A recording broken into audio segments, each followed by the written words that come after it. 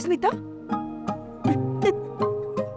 अरे आई, मुझे पता है कि पहली रोटी गौ माता को जाती है, तो मैं मजाक कर रही थी और चेक कर रही थी कि आपको अपनी रोज की लाइन याद है या नहीं है। आई तो मजाक उड़ाती है तो बदमाश। ए संतोष, टिफिन उतार। ताई, ये ले 1500 रुपए, टिफिन का है। अरे ताई गिन तो ले। तूने गिन लिए ना? अच्छा सुन, 300 रुपए दे। क्यों? अरे लेते वक्त गिनती नहीं और देते वक्त गिनती। ए कंजूस ताई, चल 300 रुपए दे। अरे पार्टी करने का है हमको। अरे पर किस बात की पार्टी? अरे वो अपना बॉयज हॉस्टल है ना, वहाँ पे 50 टिफिन का ऑर्डर फिक्स हुआ है। अरे वाह। ए स्मिता, बोल क्या खाएगी तू? मामा भांजी कुल्फी हो जाए। नहीं नहीं, कुल्फी नहीं खाएगी तू। पिछली बार कुल्फी खा के बीमार हो गई थी तू। हाँ हाँ ठीक है ठीक है।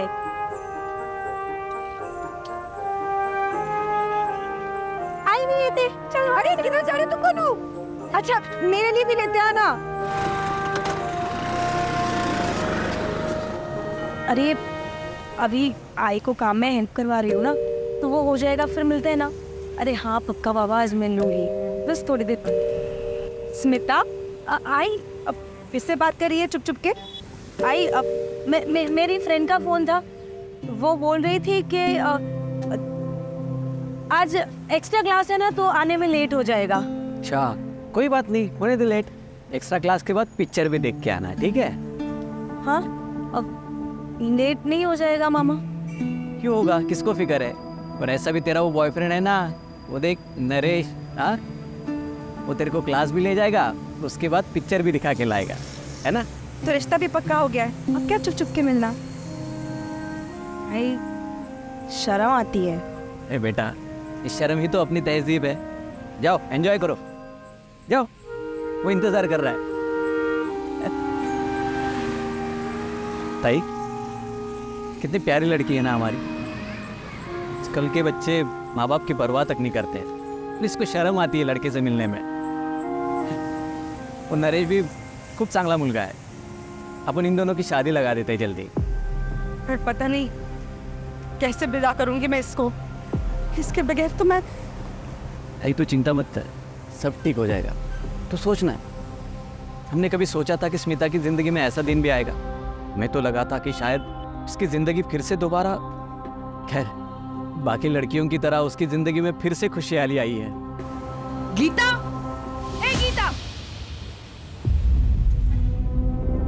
तुम दोनों भाई बहन, तुम दोनों ने हमारे पेट पे लात मारी है, क्या पकी जा रही है? ताई मैं बताता हूँ क्या बकरी है। वो जो ऑर्डर हमें मिला है ना, वो पहले इन लोगों को मिला था, लेकिन स्टूडेंट लोगों ने इनके खिलाफ कंप्लेंट किया क्योंकि ये लोग खाने में सोडा मिलाते हैं, इसलिए वो ऑर्डर हमको मिला है। मिला नहीं है, छीन लिया है। सत्यानाश हो तुम्हारा। जुबान संभाल के बात कर, वरना एक लाफा दूंगी। एक तो हमारा ऑर्डर चुराती है, ऊपर से साड़ी बन रही है। हाथ उठा के तो देख, निकाल यहाँ से। तेरे बाप की जगह है। तेरी बाप पे मत जा तू, वरना दिखा दूंगी मैं तुझे। ये छोड़ना ताई, इन घटिया लोगों के मुंह लगने की कोई जरूरत नहीं है। हाँ देख लूंगा तुम दोनों बहन भाइयों को मैं। मेरा धंधा छीना ना, बताता हूँ तेरे को मैं। तेरे से जो बने कर लेना। तू देख अभी।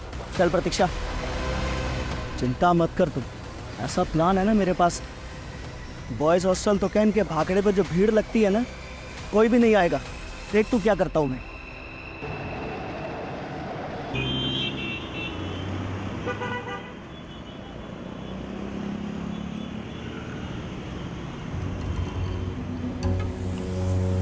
अच्छा सुन, हाँ वो ये अमोल और तुषार के घर देते आना, उनकी आई बीमार है, तो टाइम पे देके आना। पुरानी ग्राहक है हमारे। वो सही।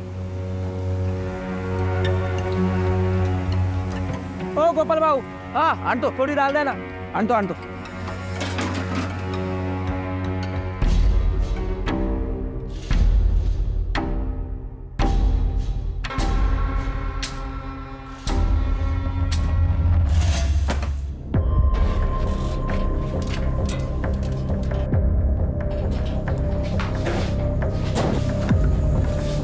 क्या ढूंढ रही है स्मिता?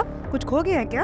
अरे आई, वो ना मेरी 10th की मार्कशीट, एक जॉब के लिए अप्लाई किया था ना, तो उनको ओरिजिनल चाहिए और वो मिल नहीं रही है। वहीं कहीं रखी होगी, मिल जाएगी। अरे आई, पूरा घर 10 बार छान मारा। मुझे लगता है कि मुझे ना पुणे जाना पड़ेगा और वहाँ स्कूल से ओरिजिनल अप्लाई करना पड़ेगा। कोई नहीं जाएगा पुणे। लेकिन आई, मैंने कहा ना, पुणे से हमारा रिश्ता टूट चुका है। देख पर आई, मुझे अच्छी जॉब मिल रही है और मुझे वो जॉब करती है। मैं जाऊंगी पुणे। कहा ना कोई नहीं जाएगा पुणे। ताई क्या कर रही है तू? बच्ची हो, मैं समझाता हूँ उसे। इसकी जुबान पे दोबारा मेरे फोनी का नाम सुना ना तो खैर नहीं है इसकी। नहीं आएगा, तू जा अभी यहाँ से। शांत हो जा बेटा। अच्छा बैठ जा। अब बता क्या प्रॉब्लम है? मामा, मैंने एक बहुत अच्छी जॉब के लिए अप्लाई किया है। नरेश की कंपनी है, पर उनको ओरिजिनल मार्कशीट चाहिए। अब मामा आप ही सोचो ना कि नरेश की कंपनी है, हम लोग साथ में काम करेंगे, हमारा फ्यूचर, हमारा ग्रोथ साथ में रहेंगे, और ये आई। बेटा मुझे पता है ना, आई पूना का नाम सुन के। देख, तू चिंता मत करना, मैं हूं ना, करता हूँ कुछ जुगाड़। तो भी बात करता हूँ।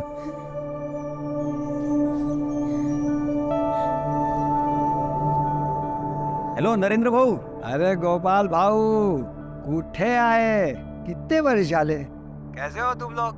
हम सब बढ़िया है, तुम्हारी थोड़ी मदद चाहिए थी हमको। स्मिता का स्कूल है ना, उससे 10वीं का मार्कशीट निकालना था। तुम एड्रेस भेजो, समझो काम हो गया। हाँ तो वो हम लोग मुंबई शिफ्ट हो गए, मैं आपको मुंबई का एड्रेस भेजता हूँ। चलो जो काम हो गया, अब हंसना यार। थैंक यू मामा।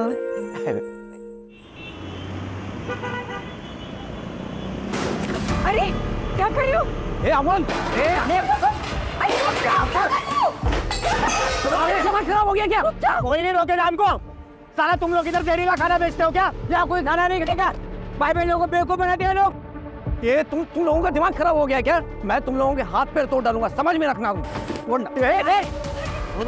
सुन तो के पैसे हमें राय की तबीयत खराब हो गई, फुटबॉल नहीं हुए उन्हें, बंद करो सब, बंद करो। सुन, तेरी वजह से अगर मेरे आई को कुछ हुआ ना, तेरी जान ले लूंगा, समझा? अरे पर और किसी की कंप्लेंट नहीं आई है। कंप्लेंट चाहिए इनको। और अगर मेरे आई को कुछ भी हुआ ना, मैं तुम दोनों का सर फोड़ दूंगा, समझे? शांत रहे, शांत रहे। ये उनको कोई गलतफहमी हुई होगी, उनकी आई की बात है, तो इमोशनल हो गए होंगे। संतोष चल, हाथ बटा, दोबारा खाना बनाना पड़ेगा। वो लोग हम पर झूठा इल्जाम लगा रहे हैं। अरे मैं छोड़ूंगा नहीं इनको। अरे सुन सुन सुन, देख भरोसा रख मुझ पे, मैं सब ठीक कर दूंगी। मैं जाके ना उनकी आई से बात करूंगी, काजी ना पकड़ूं, ये ना।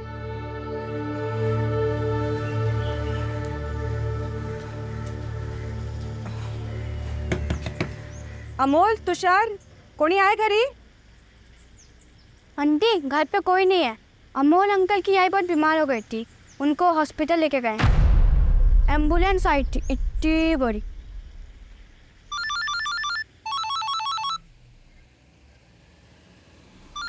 हेलो, हाँ नरेंद्र बाबू।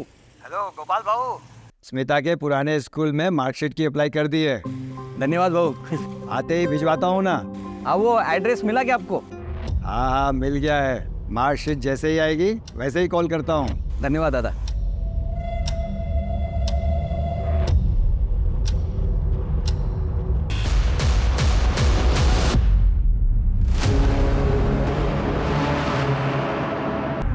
बस बस, wait wait wait wait. Surprise. अरे वाह, थैंक यू। थैंक यू आई। किससे बात कर रही है? अरे वो गोपाल को उसका फोन बंद लग रहा, तो लगा ना phone. The number you are trying to call is currently switched off. Please try again later. बंद आ रहा है। कहाँ गया होगा मामा?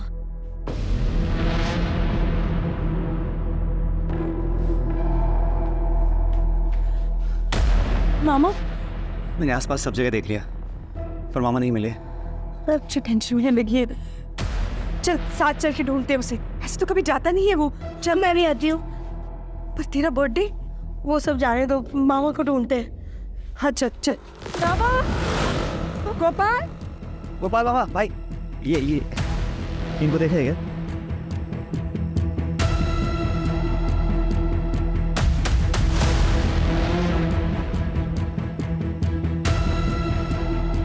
इसको देखा है क्या आपने? नहीं। आई मामा कहीं दिख नहीं रहे और उनका फोन भी बंद आ रहा है। आई मुझे डर लग रहा है। आई घबराने को नहीं है ना। मामा कहीं दिख नहीं रहे, रात भी बहुत हो गई अब।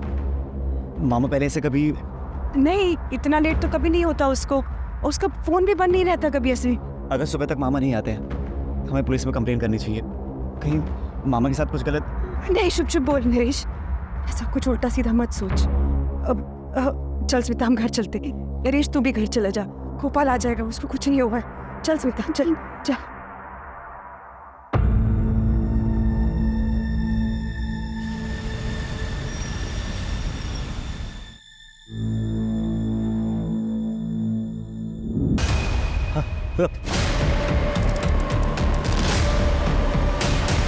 आइए सर इस तरफ। पहले तुमने देखा था? जी सर, और देखते मैंने आपको कॉल किया सर। पक्का? हाँ सर पक्का। इधर रुकना, जाना नहीं कहीं। जी सर। खून अभी पूरी तरह से जमा नहीं। सर जिस किसी ने मारा है बहुत बेरहमी से मारा है। जी नहीं, हम तो यहाँ से हैं नहीं सर, और यहाँ का कोई लोकल आदमी भी नहीं है। और कोई तो लोकल कोऑर्डिनेटर होगा जिसने शूट अरेंज किया है। हाँ है ना सर, वो कहाँ है? वो बाहर। सावन, गायकवाड़ सर। आसपास का एरिया अच्छे से सर्च कराओ, देखो कोई आइडेंटिफिकेशन मिलती है क्या इसकी। फॉरेंसिक टीम को भी इन्फॉर्म करो। Right sir. बॉडी का पंचनामा कराओ और पोस्टमार्टम के लिए भेजो। सर।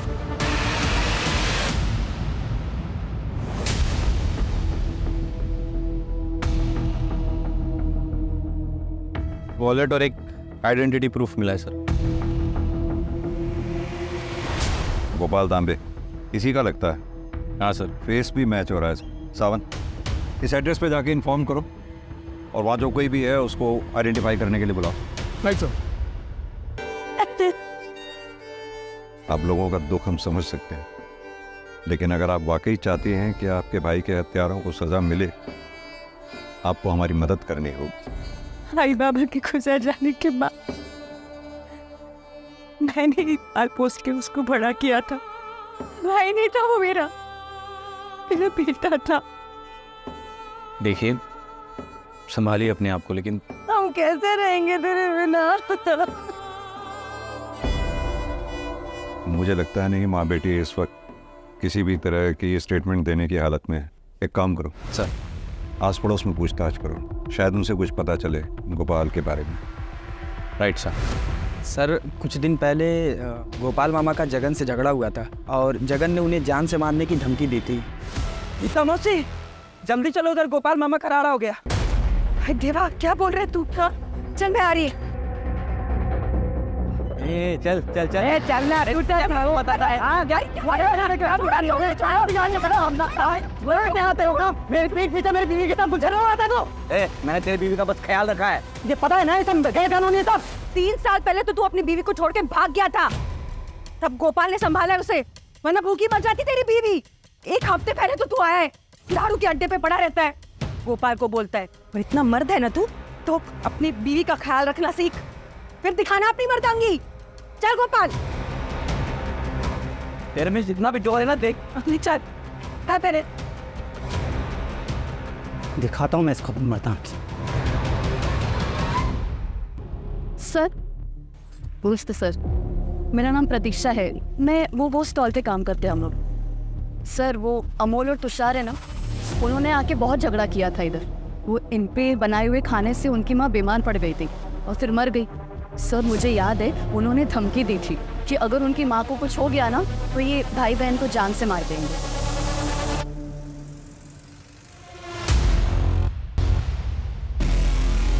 हमने सुना है कि तुम दोनों ने गीता और गोपाल को जान से मारने की धमकी दी थी।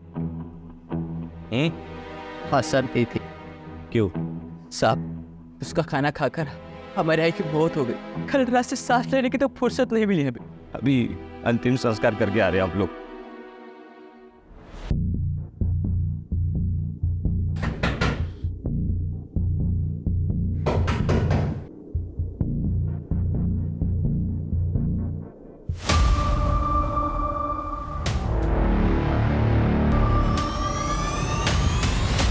आप ठीक तो हैं? जी सर। कैसे हुआ ये? मेरे पति ने जगन कहाँ है? जगन, काम करो, गाड़ी में से फर्स्ट एड बॉक्स ले आओ।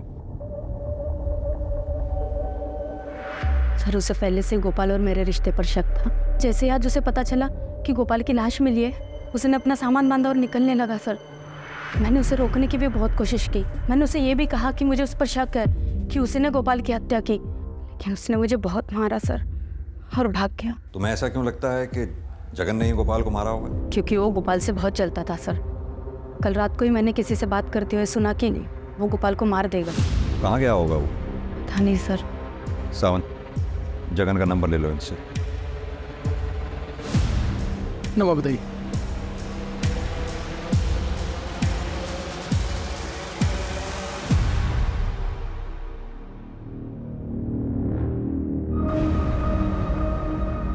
हाँ सर, मैं जल्दी रिपोर्ट करता हूँ आपको। सर ऑलराइट सर, जय हिंद। हाँ वो कुछ बताना चाहते हैं। बताइए। नमस्कार। कल रात की बात है।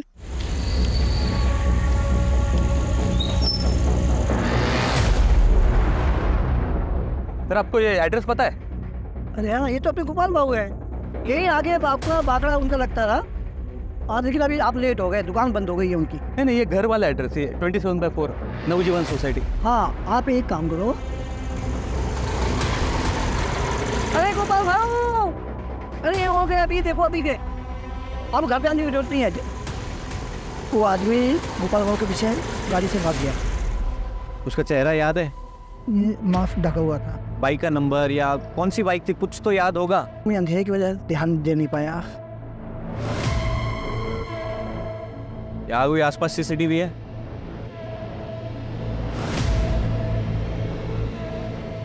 CCTV footage मांगवा। यस, ठीक है।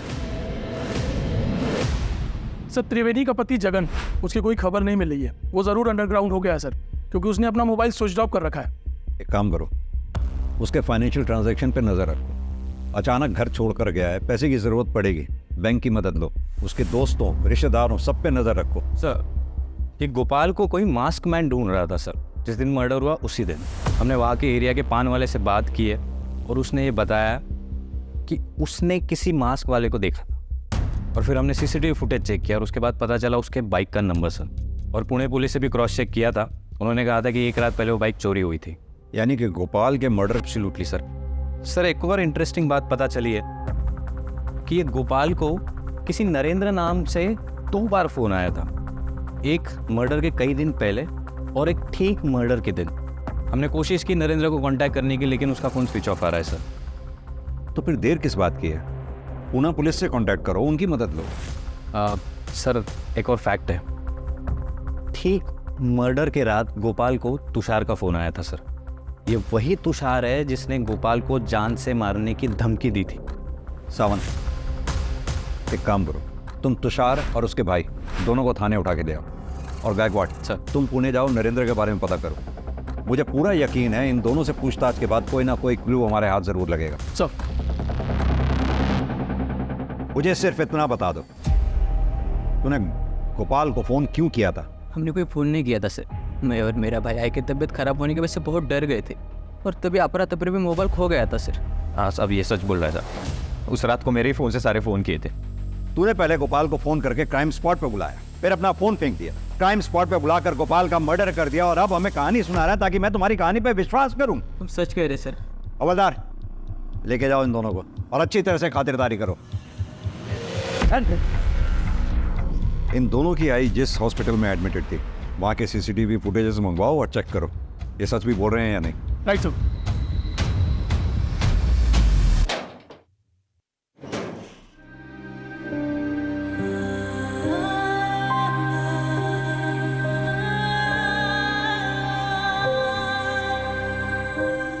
स्मिता, तेरे लिए एक सरप्राइज है। सरप्राइज? पहले अपनी आंखें बंद कर।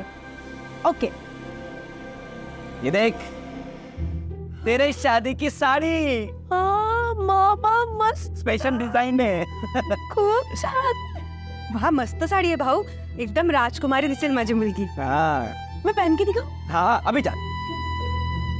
ताई पूरा मार्केट घुमा मैं, तब जाके ये अच्छी साड़ी मिली मेरे को। स्मिता की शादी बड़ी धूमधाम से करेंगे, किसी चीज की कोई कमी नहीं पड़नी चाहिए। मामा, एकदम राजकुमारी। ये देख मामा, तेरे लिए surprise, coat pant shirt tie सब कुछ। मेरी शादी में क्या ये हाफ पैंट पहन के आएगा तू? अरे ये मैंने कभी नहीं पहना रे, ताई की शादी में भी नहीं पहना। पूछ ताई को। पर मेरी शादी में पहनना पड़ेगा। अभी जाओ जाओ जाओ जाओ जाओ, अरे यार, ट्राई करके आओ, जाओ जाओ जाओ, जाओ। कितना जबरदस्ती करती है यार। अभी देख मामा कैसे लगी है।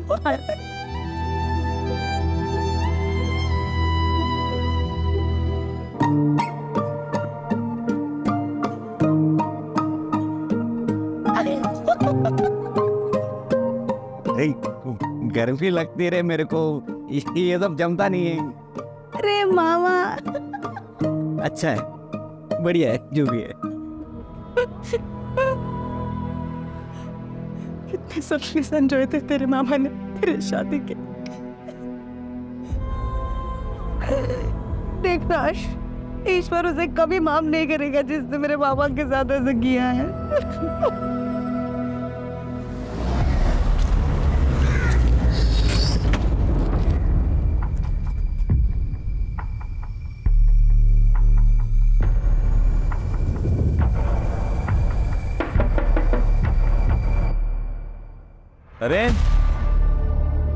नरेंद्र,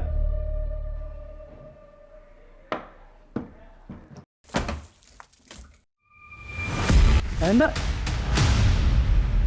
नरेंद्र, कैसे हुआ ये सब?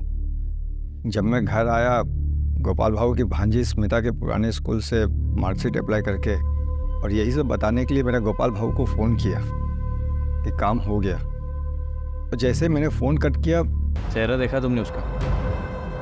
चेहरा नहीं देख सका, मास्क पहने हुए था। मास्क पहने हुए? और क्या कहा उसने?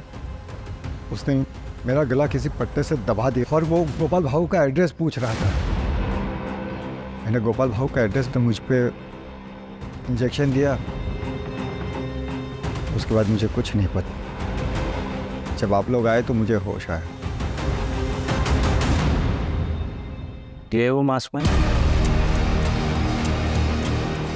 हाँ, यही है। आपको जान के दुख होगा, लेकिन गोपाल जी का मर्डर हो गया है। क्या? यही है, इसी ने गोपाल भाऊ को मारा है। मुझे विश्वास है यही है। तेरा एड्रेस मांगा था। गायकवाड़, ये गोपाल के मर्डर का कनेक्शन पुणे से है, ये मैं पहले ही कह रहा था। अब ये पता करो कि वो मास्क मैन नरेंद्र के घर पहुंचा तो पहुंचा कैसे? हाँ सर। हाँ साहब। सर, इसका नाम संतोष है। ये गीता और गोपाल के बागड़े पर हेल्पर का काम करता है सर। ये कुछ बताना चाह रहा है। क्या बताना चाहते हो?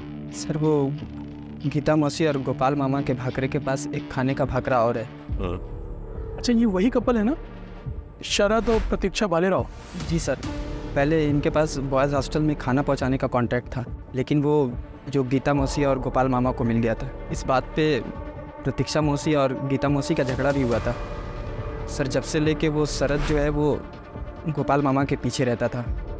एनीवे, इन्फॉर्मेशन के लिए शुक्रिया, थैंक यू। सामंत, एक काम करो, ये शरद भालेराव को थाने लेके आओ।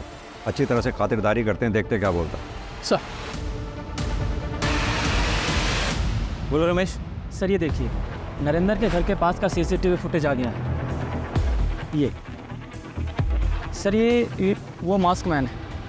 एक मिनट, बैठ जाना थोड़ा।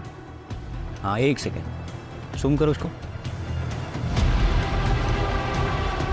ये ऑटो का नंबर, इसकी जांच पड़ताल करो और उसको लेके आओ, ठीक है? जी सर। मेरा बाकड़ा और घर उसी एरिया में है और गोपाल से मेरा कंपटीशन भी रहता था। बाकी इसको लेकर अगर थोड़ा बहुत झगड़ा हो भी गया तो इसका मतलब ये नहीं कि मैंने उसको मारा है। अगर एक भी सबूत तेरे खिलाफ मेरे हाथ लग गया ना, तो ये शरीर पे जितनी भी चमड़ी दिख रही है सारी उतार लूंगा। फिलहाल तुझे छोड़ रहा हूं, हमें बिना बताए शहर छोड़कर जाइयो मत। हवलदार। Yes sir. लेके जाओ उसे। ये मास्क पहने हुए आदमी को तुमने कल्याणी नगर ड्रॉप किया था, राइट? हाँ सर। उठाया कहाँ से था? सर, विवान नगर हाईवे से ये बैठा था मेरे साथ। हाईवे से मतलब उसके घर का पता लगाना मुश्किल है। शक्ल याद है? सर, उसने पूरे टाइम तो मास्क पहन के रखा था, लेकिन एक जगह ऑटो खराब हो गया था तो वहाँ पर इसने मास्क निकाल के सिगरेट पिया था, तो थोड़ा चेहरा याद है। स्केच आर्टिस्ट ने बोलवा, जैसा देखा था एग्जैक्ट वैसा हुलिया बताना, ठीक है? सर, कोशिश करूँगा मैं। गीता जी, आप पुणे के रहने वाले किसी नरेंद्र नाम के आदमी को जानती हैं? आपके भाई गोपाल की 2 बार बात हुई थी उससे। जी, वो मेरे लिए ही हुई थी, मेरी मार्कशीट के लिए। ये बात तुमने मुझे क्यों नहीं बताई? आई वो घटना वाले दिन नरेंद्र पर भी हमला हुआ। उसी आदमी ने नरेंद्र से आप लोगों के घर का जबरदस्ती एड्रेस भी लिया। वो आदमी आप लोगों के घर के पास आया भी, सामने पान वाले से पूछा उसने, लेकिन तभी आपका भाई गोपाल घर से निकलता हुआ उसको नजर आया, जो कि उस आदमी को पान वाले ने दिखाया। और उसके बाद गोपाल के साथ जो कुछ भी हुआ वो आप लोग जानते ही। पर कौन था ये मासमैन? हमने पुणे जाके तफ्तीश की है और उसके इंफॉर्मेशन बेस्ड ये स्केच बनवाया है। परवीन?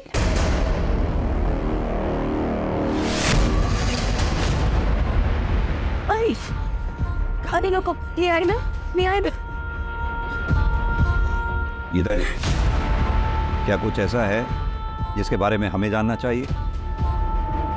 जिस चीज से घबराकर हमने पुणे छोड़ा था वही हुआ। देखिए, साफ साफ बताइए बात क्या है। हम पहले पुणे में रहते थे, येरवड़ा एरिया में, 5 साल पहले। ये प्रवीण हमारा पड़ोसी था।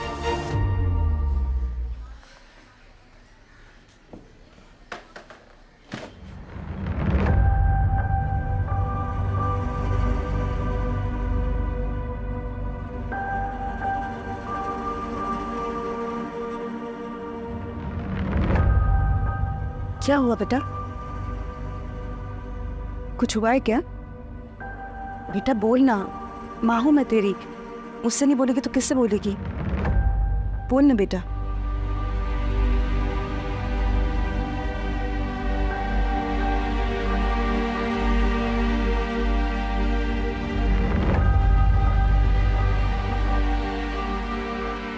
ये कुछ बता नहीं रही थी। फिर एक दिन, अरे डरो मत। खूबसूरत। अरे डरो मत, मुझसे क्यों डरती हो? चल अब कपड़े निकाल। क्या हुआ? ये तो फोटो है ना, सब वायरल कर दूंगा। चलो निकालो। हाँ चल, कोई नहीं है, चल निकल। हाँ नहीं, मत डरो। अरे मैं हूँ।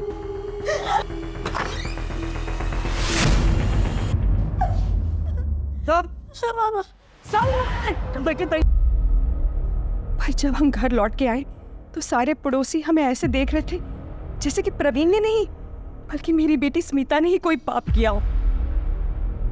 उसके बाद हम पुणे छोड़ के चले गए। फिर प्रवीण को लंबी सजा हुई, उसका करियर भी बर्बाद हुआ। उसने बदला लेने के लिए गोपाल को मार डाला। राक्षस है वो। देखिए गीता जी, हम मानते हैं आप दोनों के साथ जो कुछ भी हुआ उसमें काफ़ी हद तक समाज भी दोषी है, लेकिन इस बात को भी हम अप्रिशिएट करते हैं कि आप दोनों ने उस प्रवीण के खिलाफ पुलिस में कंप्लेंट दर्ज की, उसे सज़ा दिलवाई।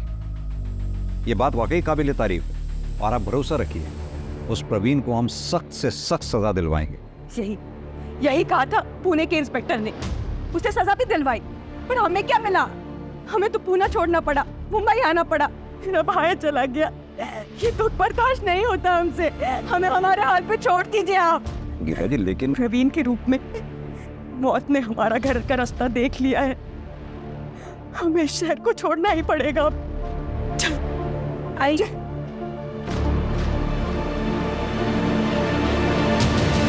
सर बहुत बुरा हुआ गीता और उनकी बेटी के साथ। मुझे ये प्रवीण जल्द से जल्द सलाखों के पीछे चाहिए एट एनी कॉस्ट। सब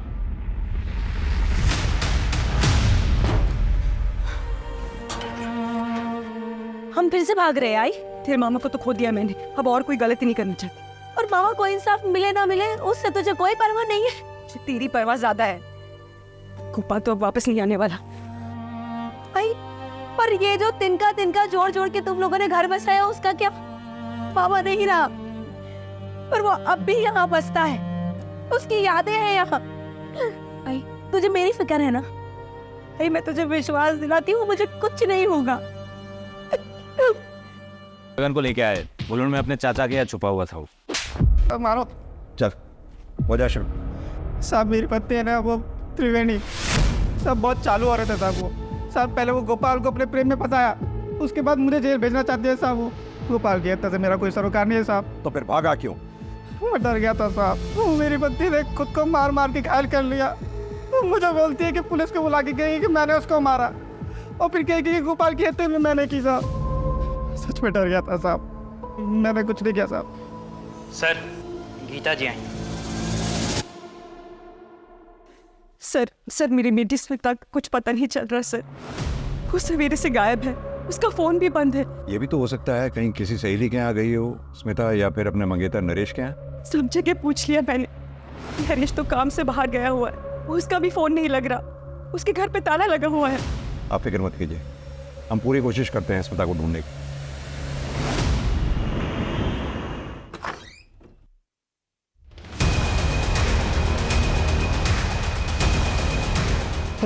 हेलो पुलिस।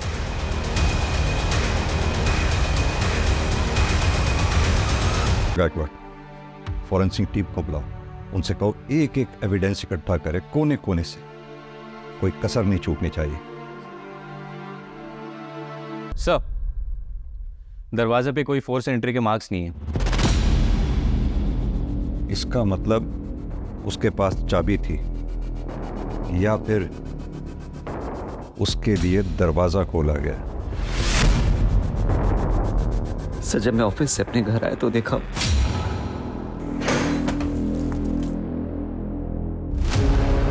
पूरा दिन कहाँ थे तुम? ऑफिस के काम से पनवेल गया था। पूरा दिन फोन क्यों बंद था तुम्हारा? सर आप मुझ पे शक कर रहे हैं? सर मैं स्मिता से प्यार करता हूँ, और आपको लगता है कि मैंने उसे। No melodrama please. घर की चाबी किसके पास रहती है? सर एक मेरे पास और एक स्मिता के पास। और किसी के पास? प्लीज। तुम पे शक ना करने की कोई वजह नहीं छोड़ रहे हो मेरे पास, तुम मेरे रेडार पे हो। सर अभी प्रवीण का फोन नरेश के घर के पास वाले एरिया में, यानी कि गोरेगांव वेस्ट में एक्टिव हुआ है। उसकी एग्जैक्ट लोकेशन पता करो। आओ मेरे साथ। सर चलो। मैं बनने के रहे थे, पूरा दिन मुंबई आया था साहब। उसने गोपाल का पीछा भी किया, लेकिन उसने पहुंचने से पहले सब चला गया था साहब। स्मिता पर नजर रखने के लिए मैं यहाँ रहने को आया साहब। इसका मैंने पीछे भी किया साहब, लेकिन वो मेरे हाथों से बच गए। मारते रहो इसे तब तक जब तक सच ना बोले। मैंने कैसे कर? इस केस में हमारे पास इतने सारे सस्पेक्ट्स हैं, लेकिन एक के भी खिलाफ हमारे पास कोई स्ट्रॉन्ग एविडेंस नहीं है। कुछ तो हमसे छूट रहा है। इस केस से रिलेटेड जितने भी सस्पेक्ट्स हैं, सबके banking transaction, call detail records, locations recheck करो, देखिए क्या मिलता है।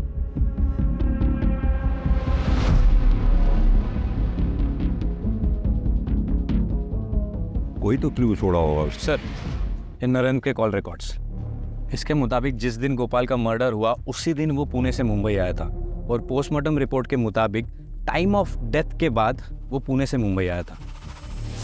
लेकिन जब नरेंद्र के घर में पूछताछ करने गए तो उसने कहा कि बेहोशी के इंजेक्शन के कारण वो दिन भर घर में पड़ा हुआ था सर।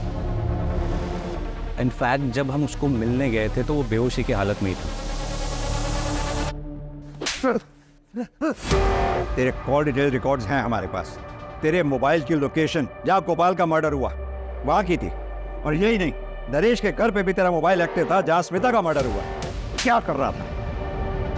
क्यों किया ये सब? पैसों के लालच में। और कौन करवा रहा था ये सब?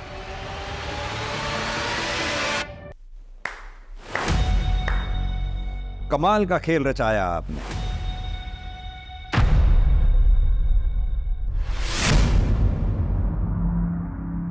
गीता जी, अब तो आपकी समझ में आ ही गया होगा कि आपका पर्दाफाश हो चुका है।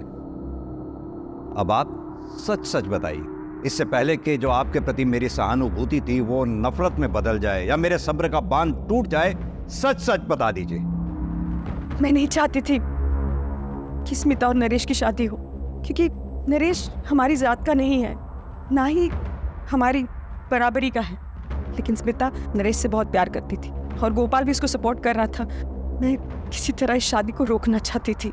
स्मिता को तो मैं फिर भी पटा लेती, लेकिन गोपाल वो रास्ते में आ रहा था। फिर उस दिन मैंने गोपाल और नरेंद्र की बातें सुन ली। अरे स्मिता का स्कूल है ना, उससे 10वीं का मार्कशीट निकालना था। नरेंद्र मेरा पुराना दोस्त है, मैंने उससे बात की। प्लान को मजबूत करने के लिए अमोल और तुषार की माँ जो हमेशा बीमारी रहती है, उसके खाने में और वो चल बसी। उसका इल्जाम उन्होंने हम पे लगाया। तुम लोग इधर जहरीला खाना बेचते हो क्या? या कोई खाना नहीं खिलेगा? तेरी वजह से अगर मेरे आई को कुछ हुआ ना, तेरी जान ले लूँगा, समझा? फिर उसके बाद हमदर्दी देने मैं उनके घर गई। वो दोनों तो घर पर नहीं थे, लेकिन मुझे उनका फ़ोन मिल गया जो हड़बड़ी में गिर गया था। मैंने उसको उठा लिया। फिर प्रवीण पैरोल से जेल से बाहर नरेंद्र ने बताया। प्रवीण तुम्हारा एड्रेस लेके गया है।